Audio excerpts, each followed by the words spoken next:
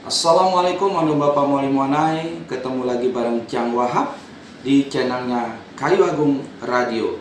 Seperti biasa Bapak Wabarakatuh, kita membahas mengenai masalah seni, budaya, nilai tradisi, adat istiadat, cerita rakyat yang ada di Kayu Agung Kabupaten Ogan Komering Ilir bersama Pak Yusrizal. Iya, apa kabarnya Pak Yusrizal? Alhamdulillah sehat. Ya, alhamdulillah ya.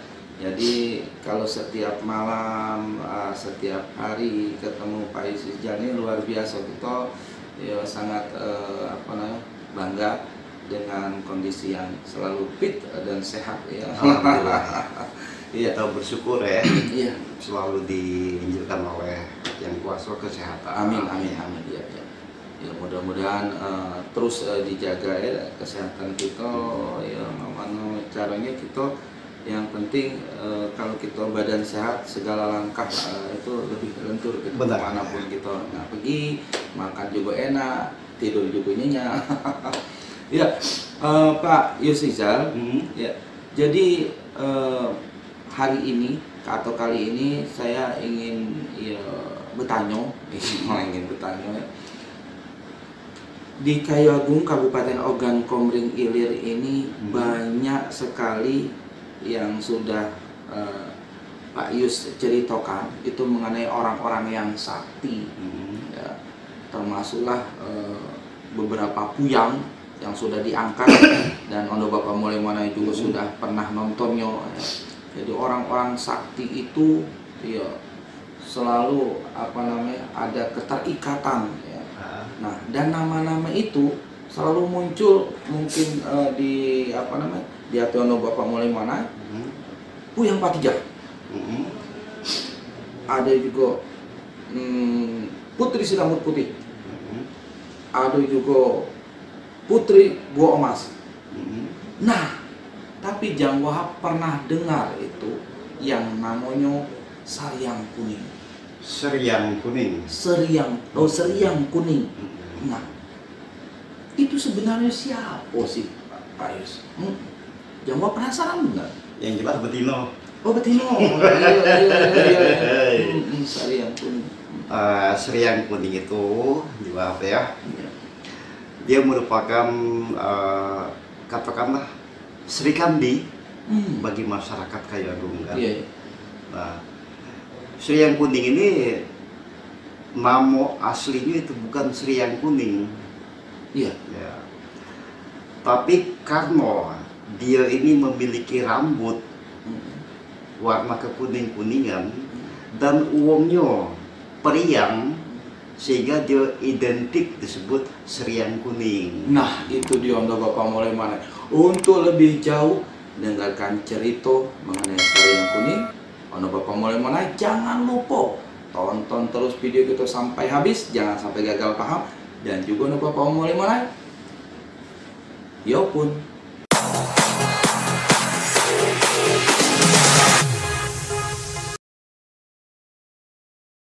Oh, itu ya. Iya. Ya.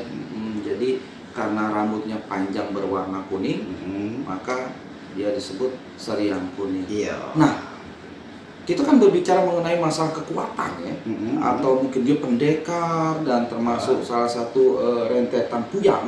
Nah, jadi apa baik kekuatan kebatinan yang dimiliki oleh Seriang Kuning itu? Nah, Seriang Kuning ini dia memiliki kekuatan, ya. Katakanlah bukan kesaktian ya, tetapi kekuatan. Kekuatan ya.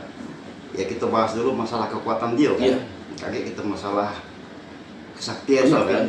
Nah, lantaran rambut kuningnya itu ya, sebenarnya rambutnya merah, putih, hitam ya. Ya, rambut warna hitam. Tetapi kalau dia sedang muncul kegarangan dia ya, misalnya dia menghadapi musuh kan, rambut yang panjang ini kan mengeras dan warna kekuningan. Jadi rambut itulah yang dijadikannya senjata pada saat dia melakukan peperangan atau perkelahian. Jadi rambut kuning itu sekali dikibaskan kan beberapa puluh meter tuntal. terlempar badannya. Berarti saking panjang. Iya, saking kekuatan dahsyat daripada hempasan rambut itu kan. Iya. Nah pada saat sari yang kuning itu menetap ya, katakan menetap, di Kayu Agung, itu Cak Manu ini yang hubungan dengan masyarakat setempat ya. Sri yang kuning ini kan menjadi panutan. Di samping dia memiliki kekuatan-kekuatan batin kan, dia nih orang yang tergolong ramah tamah, penolong, dan profesi dia keseharian itu adalah orang-orang yang bisa mengobati orang-orang sakit. Iya. Konon katanya, usahakan sesama manusia yang sakit, hewan-hewan sakit pun bisa dia mengobati. Bisa ditolong. Luar biasa Bapak. Dan Sri yang kuning ini menurut cerita kan, dia adalah termasuk orang-orang zaman dulu ya, yang pencinta hewan-hewan yang ada di lingkungan. Mulai dari kucing, burung-burung, kemudian yang paling dia senang adalah hewan-hewan yang berkaki empat. Misalnya harimau. Nah, termasuklah ya hewan-hewan buas ya yang bisa dijinakkan dia. Nah, yang paling utama dia ini memiliki peliharaan itu harimau. Nah, Pak Yus, kan Sari yang kuning itu sakti ya? Benar ya. Sakti. Sejak kapan sih kesaktian yang dia miliki itu, atau mungkin boleh dikatakan identiknya ke usia ya? Sejak usia kapan? Dan sebenarnya kalau direntetan dari silsilah, ya kan Pak Yus sering menceritakan bahwa satu kesaktian yang dimiliki oleh seseorang, puyang dan sebagainya, itu ada rentetan keluarga dan sebagainya. Ini sebenarnya si Sari yang kuning itu ini keturunan siapa, dan pada saat dia mempunyai kesaktian di usia berapa itu Pak Yus? Konon dari kitab dari buku petunjuk sejarah kan, bahwa Sri yang kuning ini ya, dia adalah garis keturunan titisan darah orang Sulawesi. Terus sejak dia berusia 12 tahun itu sudah nampak uangnya ini ramah tamah, periang kan. Nah, sehingga pada saat dia merajuk atau marah kan, rambutnya ini tiba-tiba kuning.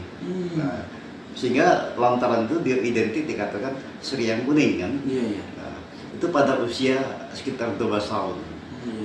12 tahun. Iya. Jadi rentetan keluarganya itu dari Sulawesi ya. Iya. Nah, kalau Sari yang kuning itu murka, itu biasanya musuh-musuhnya kan bisa dilawan ya dengan kekuatan itu. Itu kalau boleh tahu Pak Yosijar, bagaimana cara dia melawan itu dengan menggunakan selain dari rambutnya itu? Nah, selain daripada rambut ya, Sri yang kuning, dia memiliki suatu mantra, bentuk-bentuk mantra kan. Nah, bentuk mantra ini apabila dihadapkan dengan suatu permasalahan yang berat bagi dia kan, misal kan dia menghadapi masa, ya katakanlah bukan perorangan kan, masa kan, di samping dia membacakan mantra itu kan, rambutnya itu bukan dikibaskan, tetapi diangkat begini ya, begitu buyar kan. Nah, rambutnya inilah yang menembus beberapa luar biasa sudut kan. Nah, biasanya kalau sudah kena hempasan rambutnya Sri yang kuning kan, itu bisa 2-3 meter orang itu terlempar dan langsung tewas. Luar biasa kekuatannya. Dan mantranya ini apabila dibacakannya kan, di samping orang itu tewas karena rambutnya, orang itu yang tewas itu biasanya langsung menghilang jasadnya. Saking kekuatan daripada kesaktian dia kan. Nah, tadi Pak Yosijar mengatakan bahwa Sari yang kuning itu ada salah satu primadona, berarti dia cantik. Benar. Nah, pada saat masa-masa dia ya katakanlah single, atau memang dia single selamanya tuh Pak Yus? Ada yang suka enggak? Atau mungkin dinobatkan sebagai calon suaminya, itu siapa yang syuting dia? Sebenarnya selama masa hidup dia kan, Srian Kuning memang ya boleh dikatakan primadona kan, dalam masyarakat setempat kan. Jadi memiliki kecantikan yang luar biasa kan. Pada hakikatnya memang banyak kan laki-laki yang ingin menjadikan dia istri kan.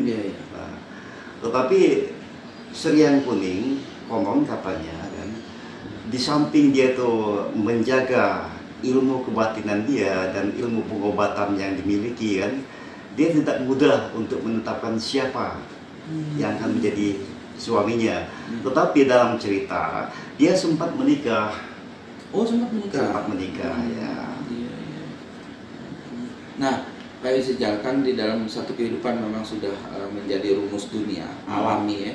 Artinya ada hidup pasti ada benar ya. Ada kematian. Nah, kalau boleh tahu mungkin diinformasikan ke Ondo Mana si Srian Kuning itu di usia berapa dia meninggal, dan konon kabarnya dia meninggal itu ya standarnya memang tinggi dari manusia itu 2 meter. Benar ya. Kabarnya itu makamnya itu panjang itu Pak Yus. Benar ya. Itu alasannya itu apa itu? Mohon dijelaskan itu Pak Yus. Nah, sebelum saya jelaskan masalah tentang ukuran makam ya. Nah, di usia 27 tahun konon ya, Srian Kuning sempat menikah ya. Nah, tetapi mereka sempat terpisah. Nah, dan dia meninggal lebih duluan suami dia meninggal. Nah, baru dia menyusul. Lalu kenapa makam Srian Kuning itu tidak lazim seperti ukuran manusia biasa? Ya, benar kan? Kan manusia biasa paling panjang itu kuburannya adalah 2 meter. 2 meter paling panjang kan?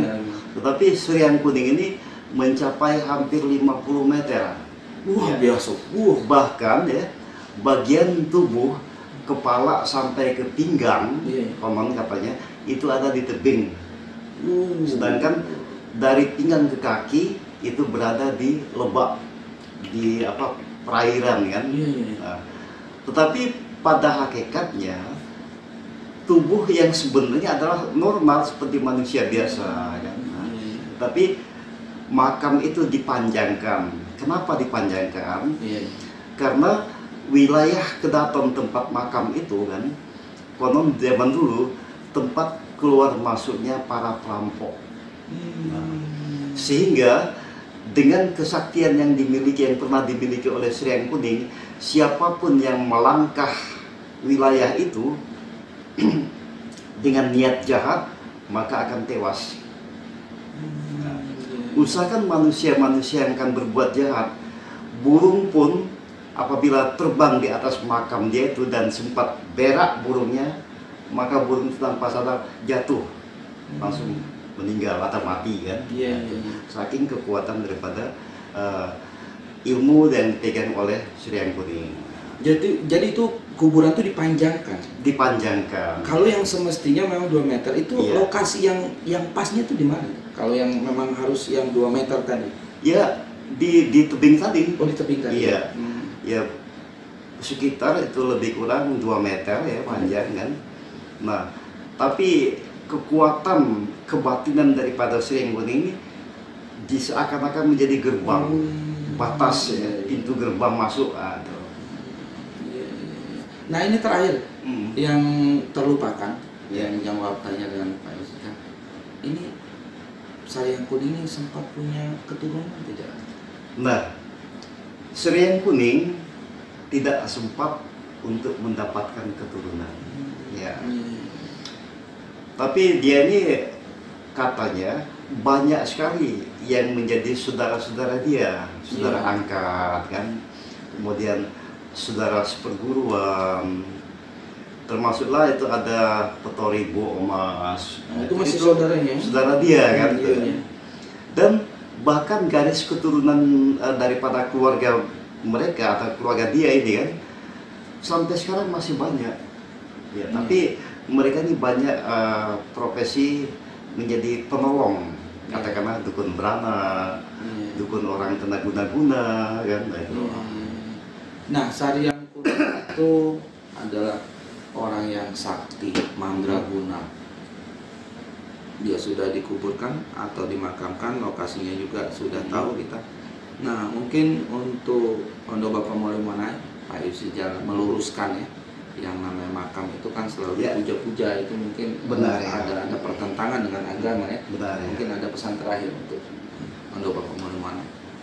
Ya, pesan terakhir dari kami selaku pengamat budaya dan pengamat nilai-nilai sejarah ya, terutama bagi generasi muda kita sekarang, apapun siapapun yang sempat menonton atau menjadi pemirsa daripada tayangan kita kan, diharapkan makam-makam orang-orang yang pernah berjasa seperti punya kesaktian dan sebagainya, janganlah jadikan tempat memuja-puja atau melakukan puja-puji kan untuk meminta sesuatu yang sifatnya bertentangan dengan nilai-nilai keagamaan ya. Dan kita bisa meyakinkan mungkin nantinya andai kata kita melakukan katakanlah bersemedi di kubur kan, mungkin kekuatannya akan tidak dimunculkan oleh yang bersangkutan di dalam kubur kan. Nah, bahkan mungkin diuji, kita dikabulkan apa yang kita minta, tetapi akibat ke belakangnya bagaimana. Jadi diharapkan jangan salah gunakan makam-makam yang sifatnya menjadi katakanlah seperti keramat ya. Nah, jangan jadikan hal-hal tempat kita melakukan puja-puji, meminta sesuatu yang sifatnya bertentangan dengan nilai-nilai keagamaan kita selaku umat Islam. Selaku budayawan dan sejarawan ya, Pak Yusijal, bagaimana upaya melestarikan dari makam Saryang Kuning? Nah, alhamdulillah makam Saryang Kuning karena dia termasuk makam-makam yang dijaga oleh pemerintah, terutama Dinas Kebudayaan dan Pariwisata. Makam tersebut pernah direnovasi, dalam arti kata diperindah, tetapi tidak mengurangi nilai-nilai sejarah dia kan. Alhamdulillah itu sudah diperbaiki atau direnovasi kan, berkisar antara 2017 ataupun 2016 yang lalu. Ya, untuk Bapak Molemonai, selama ini memang kita mendapat informasi mengenai siapa sih Saryang Kuning, tapi kali ini kita lebih gamblang sudah diinformasikan oleh Pak Yusijal selaku budayawan dan sejarawan Kabupaten Ogan Komering Ilir. Kalau itu untuk Bapak Molemonai, kita cukupkan dulu perbincangan kita kali ini, dan jangan lupa untuk Bapak Molemonai, tonton terus video sampai selesai dan di-share kemana-mana ya. Baik, kita akhiri dengan ucapan Assalamualaikum warahmatullahi wabarakatuh.